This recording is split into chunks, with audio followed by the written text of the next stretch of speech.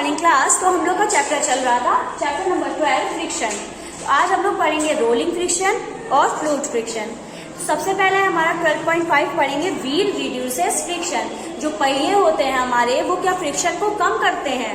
ठीक है, you must have seen attaches and other piece of luggage fitted with rollers. आप लोगों ने देखा होगा जो आपके पास अटैची होती है और लगेज होते हैं बड़े बड़े, उसमें क्या होता है, नीचे रोलर फिक्स होते हैं। Even a child can pull such piece of luggage, why it is so, let us find out. तो एक छोटा सा बच्चा भी अगर होता है तो वो इतना भारी लगेज को क्या करता है, आराम से एक जगह से दूसरी जगह लेके जा सकता है, पुल करके खींच के लेके चला जाता है। तो ऐसा क्यों होता है, क्योंकि व्हील रिड्यूस फ्रिक्शन। व्हील जो होते हैं हमारे पहिए होते हैं, फ्रिक्शन को क्या कर देते हैं, कम कर देते हैं। तो अब रोलिंग फ्रिक्शन क्या होता है बेटा हमारा, when one body rolls over the surface of another body the resistance to its motion is called rolling friction. जो एक सरफेस के ऊपर जब दूसरी बॉडी रोल करती है तो वहां पे जो हमारा फ्रिक्शन लगता है वो बेटा हमारा होता है रोलिंग फ्रिक्शन। ठीक है, one body rolls over the surface of other body. कोई एक बॉडी हमारी दूसरी बॉडी के ऊपर, जैसे हम लोग लगेज भी खींच के ले जाते हैं तो हम लोग क्या होता है, जमीन के ऊपर हमारा लगेज रोल करता है। तो दो बॉडी है उसमें, तो एक बॉडी दूसरे सरफेस के ऊपर क्या कर रही है, रोल कर रही है। तो वहां पे जो फ्रिक्शन लगेगा वो हमारा हो जाएगा rolling friction. Rolling reduces friction. तो रोलिंग क्या होता है, मतलब जो हम लोग घुमा के उसको लेके जाते हैं वो क्या करता है, फ्रिक्शन को रिड्यूस करता है, फ्रिक्शन को कम कर देता है। It is always easier to roll than to slide a body over another. अब देखो, जैसे हम लोग पहले में वॉशिंग मशीन चलती थी, उसमें क्या होता था, जो रोलर्स होते थे नहीं होते थे, तो हम लोग को उसको क्या करना पड़ता था, स्लाइड करना पड़ता था, खिसकाना पड़ता था, जो हार्ड होता था। अब रोल करने से अब आ गए कूलर्स भी, आप लोग देखते होंगे, अब उसमें क्या हो गया, व्हील अटैच हो गया, तो हम लोग उसको इजीली एक जगह से दूसरी जगह खिसका के रोल करके लेके जा सकते हैं। लेकिन पहले जब स्लाइड करना पड़ता था तो हम लोग को ज्यादा फोर्स लगाना पड़ता था, ज्यादा मेहनत लगती थी। इसलिए इजी है हम लोग का रोल करना, किससे, किसी बॉडी को स्लाइड करने से। ठीक है, it is convenient to pull luggage fitted with roll. अगर कोई भी लगेज में हमारे रोलर्स लगे हैं तो हम लोग उसको आराम से खींच के ले जा सकते हैं। Can you now understand why the wheel is said to be the one of the greatest invention of mankind. तो हम लोग क्या बोलते थे स्टार्टिंग में, हम लोग छोटे में ही पढ़ा होगा, wheel is the greatest invention of scientist. तो साइंटिस्ट ने व्हील का जो इन्वेंशन किया है वो सबसे बड़ा और सबसे अच्छा इन्वेंशन किया है, क्योंकि आप देखते होंगे व्हील हमारी अधिकतर हर चीज में यूज होते हैं, हमारे व्हीकल्स में यूज होते हैं। अब कोई भी मशीन जो आते हैं बड़े बड़े, हम लोग उसको आराम से रोल कर पाए, उसमें भी अब व्हील यूज होने लगे हैं। तो व्हील जो है हमारा बहुत अच्छा और सबसे बड़ा इन्वेंशन है हमारे साइंटिस्ट का अभी तक का। ठीक है, since the rolling is smaller than the sliding friction. तो रोलिंग फ्रिक्शन बेटा हमारा क्या है, कम है स्लाइडिंग फ्रिक्शन से। स्लाइडिंग फ्रिक्शन में भी हमें ज्यादा मेहनत लगानी पड़ती है, बल्कि रोलिंग फ्रिक्शन में हम लोग को आराम से किसी चीज को एक जगह से दूसरी जगह रोल करके लेके जा सकते हैं। Sliding is replaced in most machine bye rolling by the use of ball bearing. बहुत सारी मशीन है जिसमें हम लोग ने स्लाइडिंग को, खिसकाने को रोलिंग मतलब रोलर्स लगा के रिप्लेस कर दिया है। ठीक है, common example of use of ball bearings between the hubs and the axles of ceiling fans and bicycle. जो बाइसाइकिल होते हैं बेटा, उसमें जो हमारा बीच में जिसकी वजह से पहिया घूमता है उसको बेटा हम लोग बोलते हैं बॉल बीयरिंग, उसमें एक सेट होता है। और जो हमारे फैंस होते हैं उसमें जो बीच वाला जो पार्ट होता है वो जो घूमता है वो इसलिए घूमता है क्योंकि उसके अंदर एक बॉल बीयरिंग चीज पाई जाती है जो उसको गोल गोल घुमाती है। आपके 12.16 में उस बॉल बीयरिंग का फिगर भी दिया गया है, आप उसे देख सकते हैं। ये आपके फैन के अंदर होता है जिसकी वजह से आपका फैन घूम पाता है। तो यहाँ तक हमारा था रोलिंग फ्रिक्शन। रोलिंग फ्रिक्शन बेटा वो फ्रिक्शन है जब एक सरफेस के ऊपर कोई बॉडी रोल होगी तो वहां पे जो फ्रिक्शन प्रोड्यूस होगा वो हो जाएगा हमारा रोलिंग फ्रिक्शन।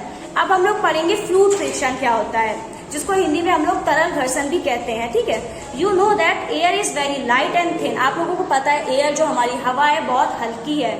ठीक है, yet it exert frictional force on object moving through it. लेकिन फिर भी अगर एयर भी हम लोग क्या करती है, कोई भी ऑब्जेक्ट अगर उसमें जाता है तो एयर भी अपना फ्रिक्शनल फोर्स उस पर लगाती है, क्योंकि हल्की है लेकिन तब भी वो अपना फ्रिक्शन फोर्स क्या करती है, एक्सर्ट करती है। Similarly water and other liquid exert force of friction when objects move through them. उसी तरह वाटर और जो अलग लिक्विड सब्सटेंस होते हैं वो भी क्या करते हैं, अपना फ्रिक्शन किसी चीज में एक्सर्ट करते हैं। वाटर भी एक्सर्ट करता है फ्रिक्शन और एयर भी एक्सर्ट करती है। अब एयर जो एरोप्लेन हमारे चलते हैं वो हमारे किस में चल रहा है, एयर में ही चलते हैं, तो वो क्या करती है, एयर उनमें अपना फ्रिक्शनल फोर्स लगाती है। और वाटर में जो हमारे बोट्स चलते हैं, स्टीमर्स चलते हैं, उनमें भी वाटर अपना फ्रिक्शन फोर्स लगाता है, ठीक है। In science the common name of gas and liquid is fluid. Science में हम लोग गैस और लिक्विड को कॉमन नेम क्या दिया गया है, फ्लूइड्स दिया गया है। So we can say that fluid exert force of friction on object in the motion through them. तो हम लोग ये कह सकते हैं जो फ्लूइड होता है वो क्या करता है, फ्रिक्शन एक्सर्ट करता है उन ऑब्जेक्ट्स में जो उनके ऊपर जाते हैं। जैसे हमारे एयर में हमने बताया था कि एरोप्लेन जा रहा है, तो उसके ऊपर एरोप्लेन में एयर क्या करेगी, अपना फोर्स ऑफ फ्रिक्शन एक्सर्ट करेगी, ठीक है। The frictional force exerted by fluids is also called drag. तो ड्रैग क्या होता है, जो फ्रिक्शनल फोर्स एक्सर्ट करते हैं फ्लूइड्स, उसी को हम लोग फ्लूइड फ्रिक्शन भी बोलते हैं और ड्रैग भी बोलते हैं। उसका फ्लूइड फ्रिक्शन का एक नाम है ड्रैग भी, ठीक है। It's a name of fluid friction. तो फ्रिक्शनल फोर्स जो एक्सर्ट करते हैं फ्लूइड्स, वो बेटा हमारे होते हैं फ्लूइड फ्रिक्शन, और उसी को हम लोग ड्रैग भी बोलते हैं। The frictional force on an object in a fluid depends on its speed with respect to the fluids. तो जो फ्रिक्शनल फोर्स होता है, गुड मॉर्निंग, ये सॉरी, तो अब स्टार्ट करते हैं। The frictional force of an object is depend on the speed with respect to the fluids. जो स्पीड होती है हमारे फ्लूइड्स की, जो फ्लूइड्स में कोई जा रहा है वो उसकी स्पीड में भी, तो बेटा जो हमारा फ्रिक्शनल फोर्स होता है वो किसी ऑब्जेक्ट की स्पीड में भी डिपेंड करता है। The frictional force also depend on the shape of the object and the nature of the fluid. जो फ्रिक्शनल फोर्स होता है वो हमारा स्पीड में और शेप कैसा है ऑब्जेक्ट का जो फ्लूइड में जा रहा है उसके शेप में भी डिपेंड करता है और उसका नेचर में भी डिपेंड करता है। It is obvious that when objects move through fluid they have overcome frictional force acting on them. तो बेटा ये ऑब्वियस सी बात है, अगर हम कोई भी ऑब्जेक्ट जो फ्लूइड्स में जा रहा है, एयर में जा रहा है या वाटर में जा रहा है, तो अगर वो सीधे तभी जा पाएगा जब वो जो फ्लूइड जो फ्रिक्शन लगा रहा है उसको ओवरकम कर पाएगा, उसको कम कर पाएगा, तभी वो उसमें जा पाएगा, ठीक है। Efforts in this process they lose energy, और उसको ओवरकम करने के लिए फ्रिक्शनल फोर्स जो एयर या वाटर लगाते हैं उसको कम करने के लिए उनकी जो ऑब्जेक्ट्स होते हैं उनकी एनर्जी बहुत ज्यादा लूज होती है। Efforts are there for made to minimise friction, इसीलिए बहुत सारे एफर्ट किए गए कि हम लोग वहां पे जो फ्रिक्शन है उसको मिनिमाइज कर पाए, कम कर पाए, जिससे जो ऑब्जेक्ट हमारा जाए एरोप्लेन या फिर बोट, उसकी एनर्जी कम लूज हो। So object are given special shapes, फिर जो ऑब्जेक्ट जाते हैं हमारे एयर में जाते हैं और लिक्विड में जाते हैं उनको स्पेशल शेप्स दिए गए हैं जिससे वो आसानी से उसमें जा पाए। Where do you are given special shape. अब आप लोग को क्या लगता है ये स्पेशल शेप जो दिए गए हैं, जो साइंटिस्ट ने स्पेशल शेप दिए हैं इनको, वो साइंटिस्ट के पास कहाँ से आया होगा कि इनको ऐसा शेप दें तो ये लोग आराम से फ्लूइड्स में जा पाएंगे।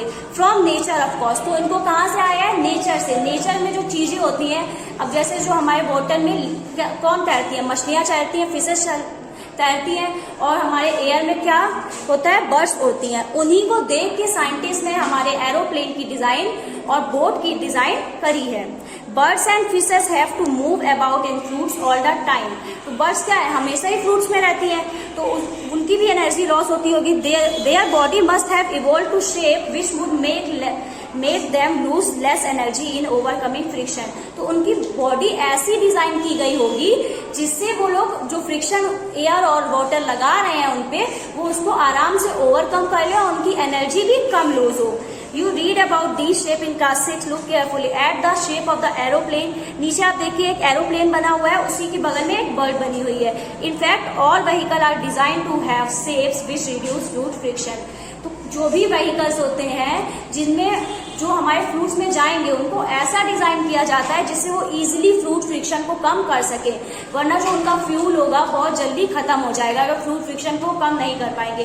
तो जिस शेप में हमारा ऐसे करके शेप में हमारी बर्ड्स होती हैं, उसी शेप में जैसी फिश होती हैं, उसी शेप में हमारे बोट और एरोप्लेन डिजाइन किए जाते हैं जिससे वो आराम से जो फ्लूइड हम उनपे फ्रिक्शन लगाए उसको ओवरकम कर पाए और फ्रिक्शन को कम कर पाए। तो क्या होता है, जो आगे से वो पहना होता है एरोप्लेन जो हमारा होता है आगे से निकला हुआ होता है, जिसकी वजह से वो एयर को आराम से चीरता हुआ सीधे चलता चला जाता है, उड़ता चला जाता है। वो इससे क्या कर रहा है, एयर जो उस पर फ्रिक्शन लगा रही है उसको वो रिड्यूस कर रहा है और उसकी एनर्जी भी कम लूज हो रही है, क्योंकि साइंटिस्ट ने उसको बर्ड और फिशेस का शेप देके उसको ऐसा शेप दिया है कि वो आराम से किसी चीज को भी जो फ्रिक्शन लगा रहे हैं फ्लूइड्स उसको वो कम कर पाए।